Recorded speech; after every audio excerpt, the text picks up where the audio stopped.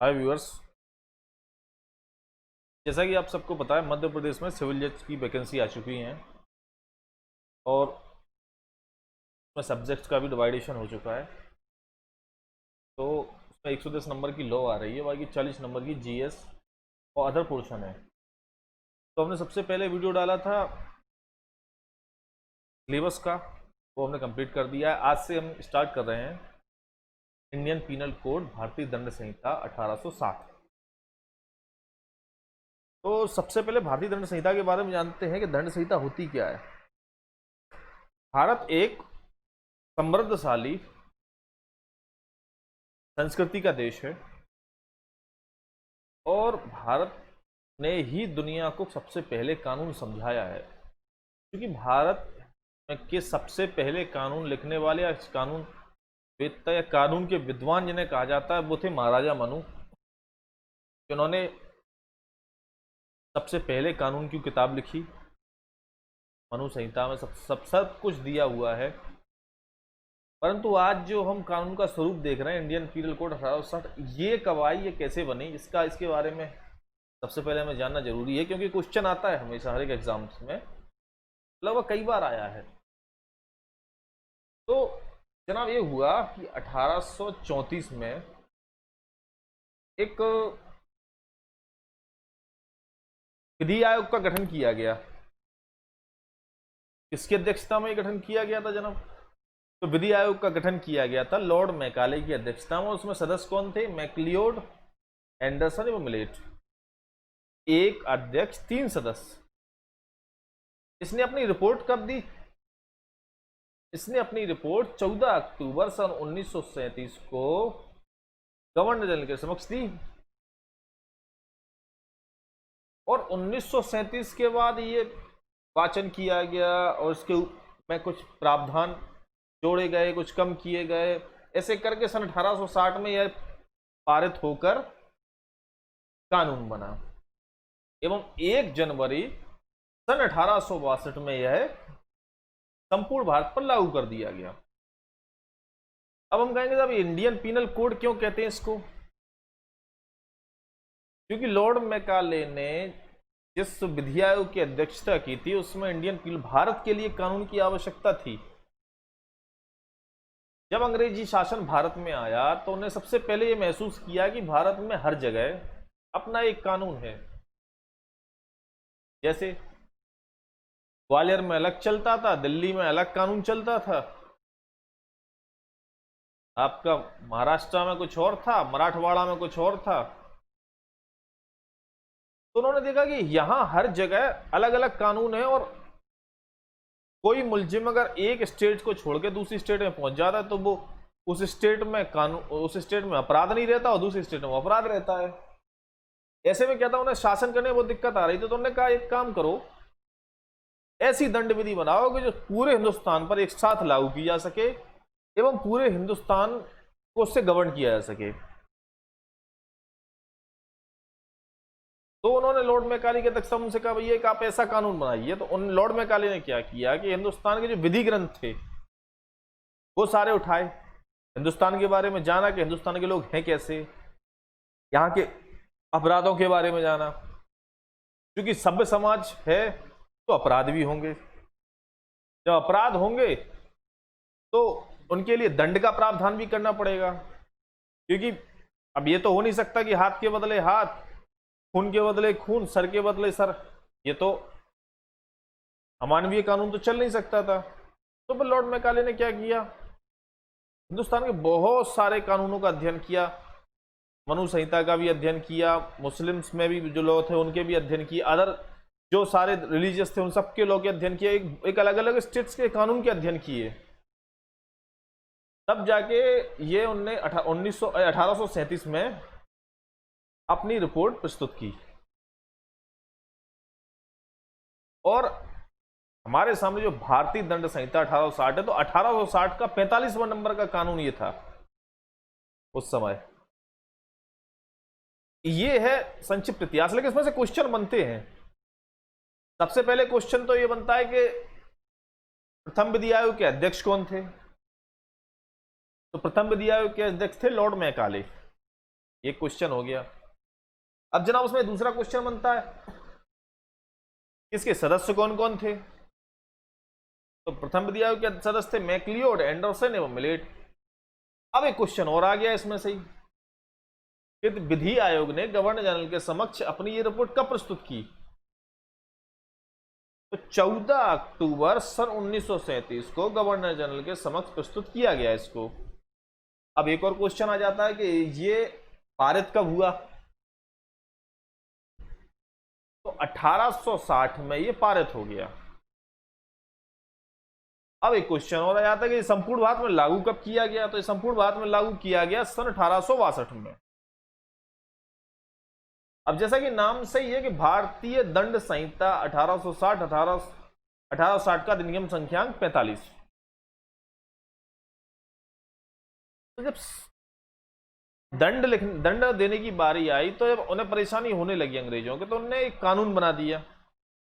और एक कानून इतना अच्छा था, इतने अच्छे तरीके से व्यवस्थित तरीके से बनाया गया था कि आज तक हम वही कानून मानते चले आ रहे हैं, उसी कानून के अनुसार आज भी सजाएं दी जा रही हैं। अब आ गए अपन भारतीय दंड संहिता पर। तो सबसे पहली बात मित्रों ये है कि आपको भारतीय दंड संहिता पढ़ने से पहले जितने भी सब्जेक्ट दिए हैं सिविल जज में या कॉम्पिटिटिव एग्जाम्स में, जो भी सब्जेक्ट आते हैं लॉ से संबंधित, उनके सबसे पहले आपके पास वेयर होने चाहिए। अब वेयर सब अधिकतर लोग मुझसे पूछते हैं भैया वेयर एक्ट कौन से राइटर का लें या किस राइटर का लें या कौन सा वेयर सही रहेगा? तो मेरा कहना यह है कि आपको जो राइटर अच्छा लगे उसका वेयर ले सकते हैं, जो प्रकाशन आपको अच्छा लगे उसका वेयर ले सकते हैं, हमारी कोई स्पेशल नहीं है। एक चीज और इंपॉर्टेंट क्वेश्चन हम भूल गए थे कि ये पारित किस दिनांक को किया गया था। अपन ने ये तो बता दिया कि साहब 1 जनवरी 1862 को ये पूरे हिंदुस्तान में लागू किया गया, लेकिन पारित कब किया गया? तो ये पारित किया गया था 6 अक्टूबर 1860 को। अब इसकी प्रियम्बल पे जाते हैं, उद्देशिका पे जाते हैं। तो इस समय जनाब मित्रों कितने इसमें कितने अध्याय हैं? तो इसमें टोटल हैं आपके 23 अध्याय एवं 511 धाराएं। अब सबसे पहले अपन आते हैं अध्याय 1 पर। अध्याय 1 में क्या दिया गया है? प्रस्तावना, इंट्रोडक्शन। प्रस्तावना का अर्थ क्या है? जब भी हम कोई सब्जेक्ट पढ़ते हैं तो सबसे पहले उसके बारे में जानते हैं कि हाँ ये है क्या, तभी तो हमें समझ में आएगा कि हमें पढ़ना क्या है, इसमें किसके बारे में हम पढ़ रहे हैं। तो प्रस्तावना में उद्देशिका, भारत के लिए एक साधारण दंड संहिता का उपबंध करना समीचीन है, अतः यह निम्नलिखित रूप से अधिनियमित किया जाता है।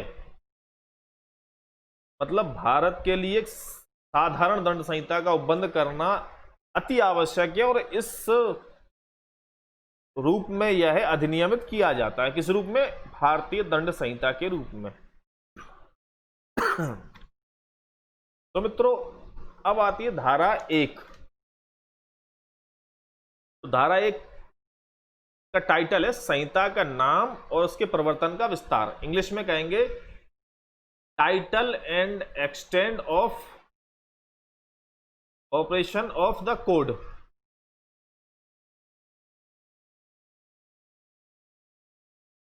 यह अब पुराना जो बेयर एक्ट है और या 2019 से पहले के जो बेयर एक्ट है, सब में एक ही चीज लिखी कि ये इसका विस्तार जम्मू कश्मीर राज्य को छोड़कर संपूर्ण भारत पर होगा। क्योंकि 5 अगस्त सन 2019 में भारत सरकार द्वारा जम्मू कश्मीर का स्पेशल स्टेटस खत्म कर दिया गया था, इसलिए अब यह संपूर्ण भारत पर लागू होगा। परंतु बेयरक्स में क्या क्या लिखा हुआ अभी तक? यह अधिनियम भारतीय दंड संहिता कहलाएगा। या तो सही है कि यह अधिनियम भारतीय दंड संहिता कहलाएगा, हम पढ़ ही रहे। इसका विस्तार जम्मू कश्मीर राज्य को छोड़कर संपूर्ण भारत पर होगा। ये क्यों होगा? पहले जब भी हम कोई कानून पढ़ते थे तो हमें ये पढ़ने को मिलता था इसका विस्तार जम्मू कश्मीर राज्य को छोड़कर संपूर्ण भारत पर होगा। तो हमें ये लगता था कि भारत में ये दोहरी नागरिकता क्यों या दोहरा कानून क्यों। तो भारत सरकार ने सबसे अच्छा किया, 5 अगस्त सन 2019 को जम्मू कश्मीर का डोमिनियन स्टेटस खत्म कर दिया गया और अब ये संपूर्ण भारत पर लागू हुआ। तो अब ये क्वेश्चन आएगा, 100% आएगा कि भारतीय दंड संहिता 1860 का विस्तार कहां से कहां तक है। तो हमें यही कुछ आंसर लगाना, भारतीय दंड संहिता 1860 का विस्तार संपूर्ण भारत पर है, क्योंकि जम्मू कश्मीर रणवीर संहिता चलती थी वो भी ऐसी ही थी, परंतु अब रणवीर संहिता को रिपील कर दिया गया इससे। नंबर 2, भारत के भीतर किए गए अपराधों का दंड। धारा 2 की टाइटल क्या कहता है कि भारत के भीतर किए गए अपराधों का दंड। इसको अपन क्या कहेंगे, इसमें ब्रीफ में दिया गया है कि हर व्यक्ति संहिता के उपबंधों के प्रतिकूल हर कार्य या लोक के लिए जिसका वह भारत के भीतर दोषी होगा इस संहिता के अधीन दंडनीय होगा, अन्यथा नहीं।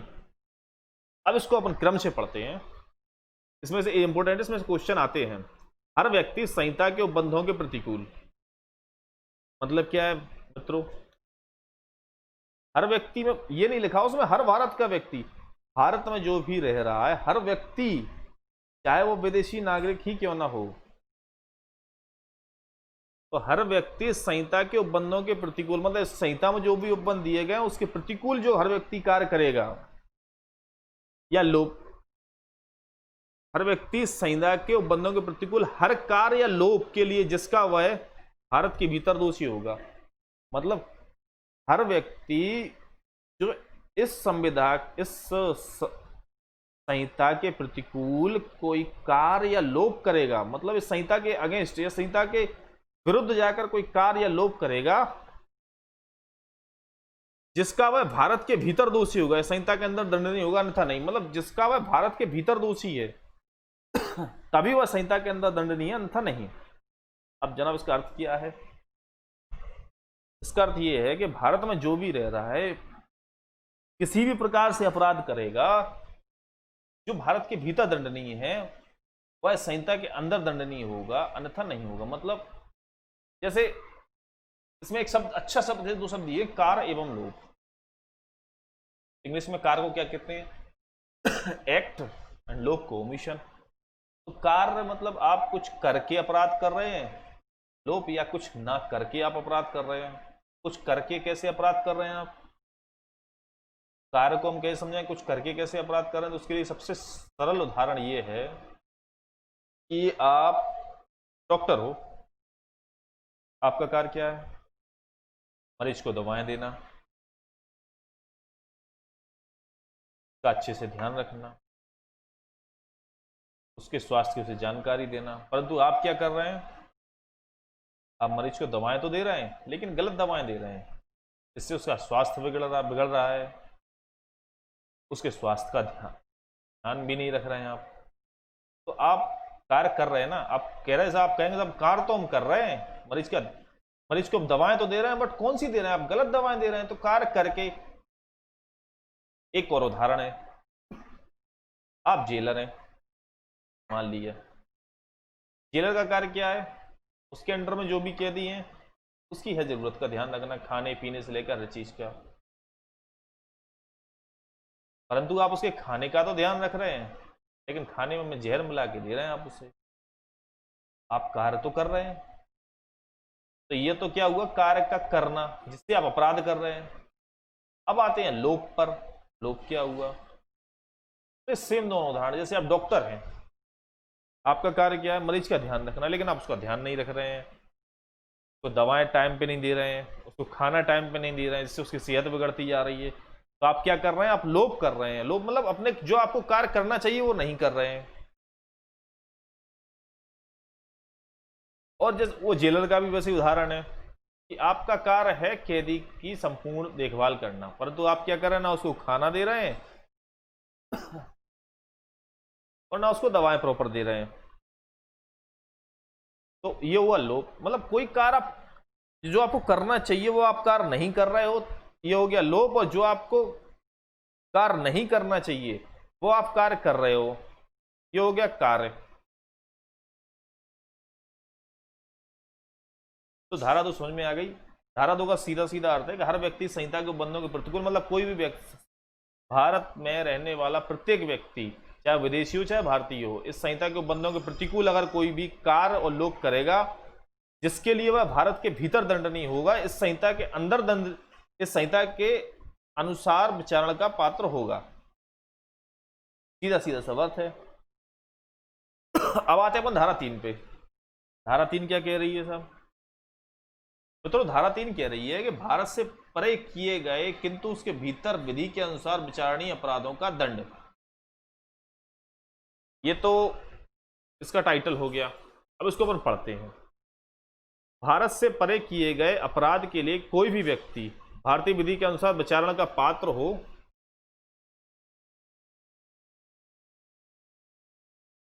भारत से परे किए गए किसी कार्य के लिए उससे संहिता के उपबंधों के अनुसार ऐसा बरता जाएगा मानो वह कार्य भारत के भीतर किया गया था। मतलब क्या गया? भारत से परे किए गए अपराध के लिए कोई भी व्यक्ति, मतलब ये है कि ये पहले तो इसकी प्रियम वो पढ़ते हैं अपन, इसका टाइटल क्या है? भारत से परे किए गए किंतु उसके भीतर विधि के अनुसार विचारणीय अपराधों का दंड। इस टाइटल में ही तो इसका आंसर छिपा पड़ा है। मतलब क्या होगा भैया? कोई परे मतलब जानते हो? परे मतलब भारत से बाहर।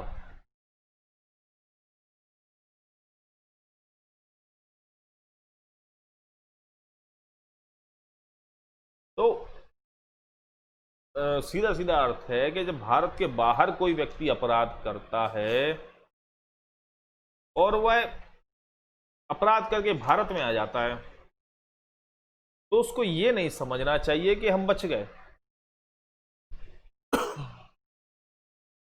अब वो अपराध तो कर आया और भारतीय विधि के अनुसार दंडनीय भी है। अब वो अपराध करता है कहां? श्रीलंका में। और छिपता है कहां? ग्वालियर आके। तो जैसे ही वह ग्वालियर मिलेगा पुलिस को या उसके अपराध की जानकारी पुलिस को होगी तो उसका उस अपराध के लिए विचारण, अगर विचारण ग्वालियर में ही किया जाएगा, जैसे रमेश एटसेट्रा कोई भी नाम ले लो आप, जैसे राम श्याम की हत्या कहां करता है? युगांडा में। अब हत्या भारतीय दंड विधि के अनुसार तो दंडनीय है। युगांडा में उसने हत्या कर दी, छिपते छिपाते भारत में आ गया। अब भारत में आके छिप गया वो, मान लो दतिया में ही। जब वो दतिया में छिप गया तो जब पुलिस को पता चलता है कि हाँ राम ने श्याम की हत्या की और वह दतिया में छिपा हुआ, वो पुलिस उसको अरेस्ट कर लेती है। अब वो पुलिस से कहता है भैया हमने अपराध तो किया है परंतु युगांडा में किया था, यहां थोड़ी किया है। तो पुलिस उससे कहेगी भैया भारतीय दंड संहिता की धारा 3 क्या कहती है कि आप अपराध कहीं भी करो अगर वो आईपीसी के अनुसार दंडनीय है तो उसका विचारण उसी तरह किया जाएगा जिस तरह आपने यहां अपराध किया हो। समझ में आया? नहीं आया? सीधा सीधा अर्थ है कि आप ऑल ओवर वर्ल्ड कहीं भी अपराध कर दो, परंतु वह अपराध जो आप अपराध वहां करो वह भारतीय दंड संहिता के अनुसार या भारतीय कोई भी विधि के अनुसार दंडनीय होना चाहिए भारत में। अब आप वहां से अपराध करके भारत में आ गए तो आपको यह नहीं सोचना चाहिए कि हम बच जाएंगे।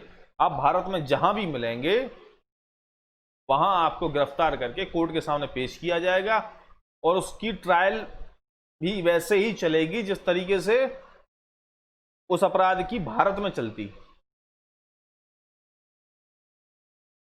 समझ गए? अब अगला सेक्शन क्या कहता है? सेक्शन 4 आ गया।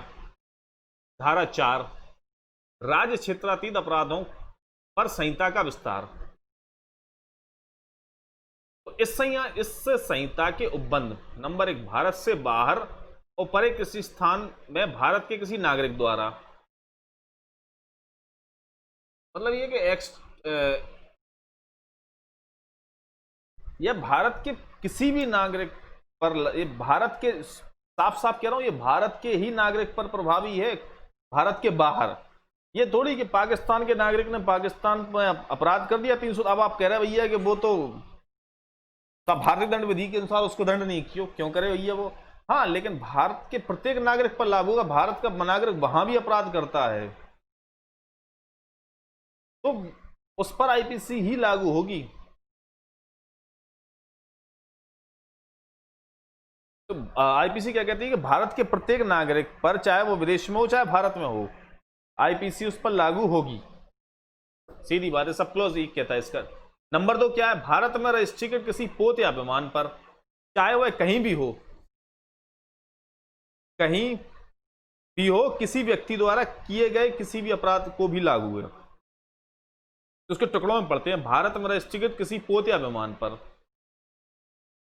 फिर क्या दिया है इसमें, चाहे कहीं भी हो, फिर क्या दिया है, किसी व्यक्ति द्वारा किए गए किसी अपराध को भी लागू है। अब मित्रों ये क्या कह रहा है कि ये कह रहा है कि कोई भी विमान या पोत जो भारत में रजिस्ट्रीकृत है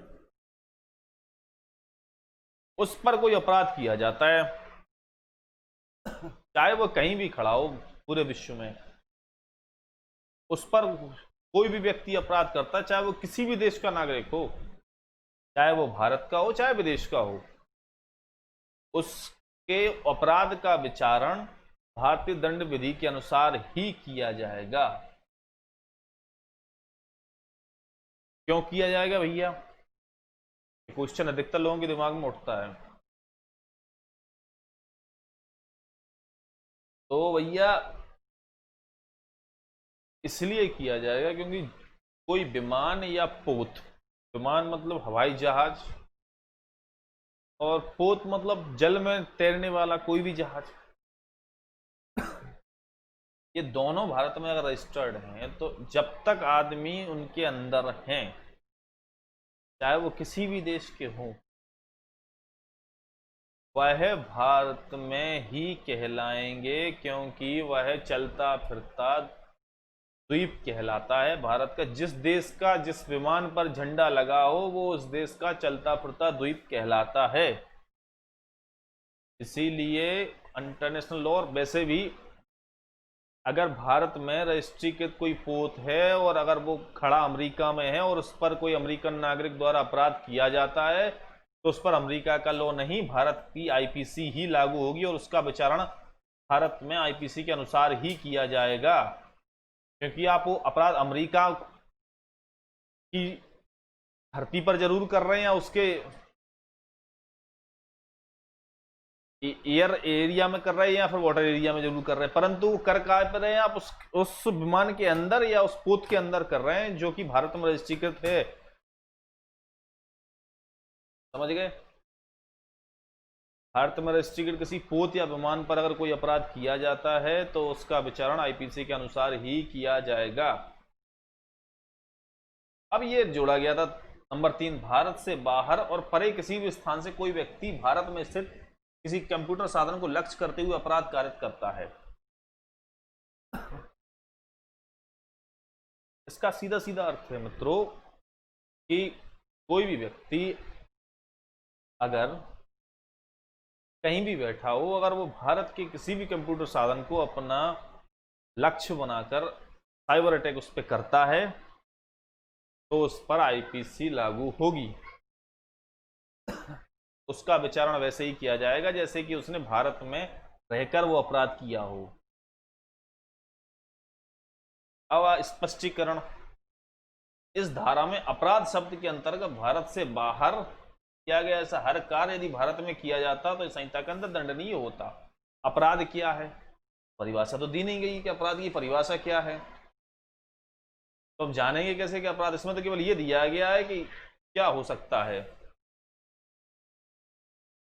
तो सबसे पहले तो हमें अपराध समझना जरूर, अपराध है क्या। अपराध एक ऐसी क्षति है जो किसी मानव द्वारा उसके असामाजिक कृत्यों के परिणाम स्वरूप हुई है जिसे संप्रभु नहीं चाहता तथा राज्य इसके निवारण के लिए अनुशास्ती अथवा दंड की व्यवस्था करता है। अपराधकर्ता के दोष अथवा निर्दोष का विचारण विशिष्ट विधिक कार्रवाई के अंतर्गत संचालन की संचालित की जाती हैं और वे साक्ष्य के वर्णित नियमों को द्वारा प्रतिपादित होती हैं। मतलब अपराध ऐसा हर कोई कृत्य है जो दंड विधियों के अनुसार दंडनीय बनाया गया है, चाहे वह किसी भी दंड विधि द्वारा दंडनीय बनाया गया हो। समाज में भारत सरकार नहीं चाहती कि आप किसी के साथ मारपीट करो, परंतु आप मारपीट करते हो तो वह अपराध हो गया, क्योंकि उस देश की सोवरन सरकार या संप्रभु सरकार ये नहीं चाहती कि आप सामने वाले के मौलिक अधिकारों का हनन करो।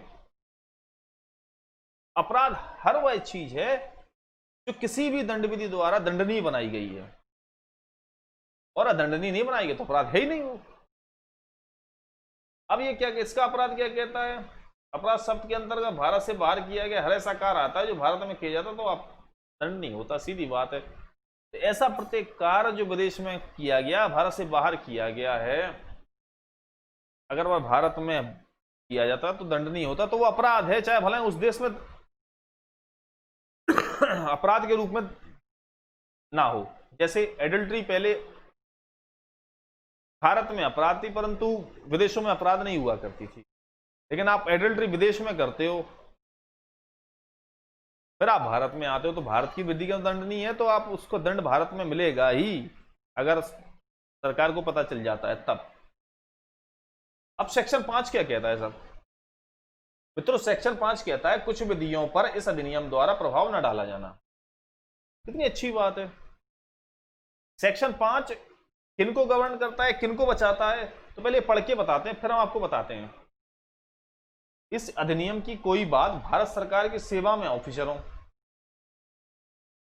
सैनिक, नौसैनिकों या वायुसैनिकों द्वारा विद्रोह आवृत्तजन को दंडित करने वाले किसी अधिनियम के उपबंधों या किसी बेस या किसी विशेष या स्थानीय विधि के उपबंधों पर प्रभाव नहीं डालेगी। अब मित्रों ये क्या कहना चाह रहे हैं